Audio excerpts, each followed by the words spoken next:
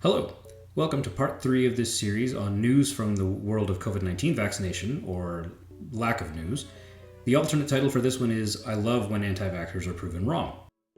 Today we're going to look at a study published in the journal Heart called The Role of COVID-19 Vaccines in Preventing Post-COVID-19 Thromboembolic and Cardiovascular Complications. This was a great study. It's a staggered cohort study where they looked at electronic health records from the United Kingdom, Spain, and Estonia.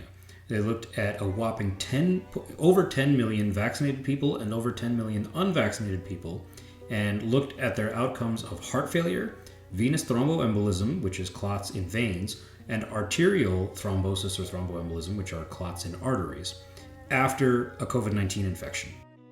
They looked at this because anti-vaxxers love to call it the clot shot, or they love to tout the risk of myocarditis, but these outcomes were extremely rare after COVID-19 vaccinations, despite what anti-vaxxers love to say. They're much more common. Heart attacks, heart failure, clots, all of these things were much more common after COVID-19 infection. So they looked at both. They said, whether you've been vaccinated or unvaccinated, let's see how you do after a COVID-19 infection. And it turns out the risk is much, much lower after you get your vaccine. The relative risk reduction was 45 to 81%. That's huge. They saw a greater reduction in the first month after infection compared to down the road, because we still don't fully understand long COVID and the effects it has, as well as we understand that the vaccine effects do wane somewhat over time, so the protection isn't quite as great.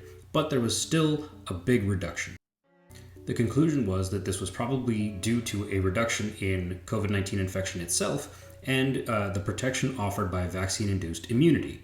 It may not protect you entirely from COVID-19 infection, but it greatly reduces the severity of it and your chance of severe disease and death and hospitalization.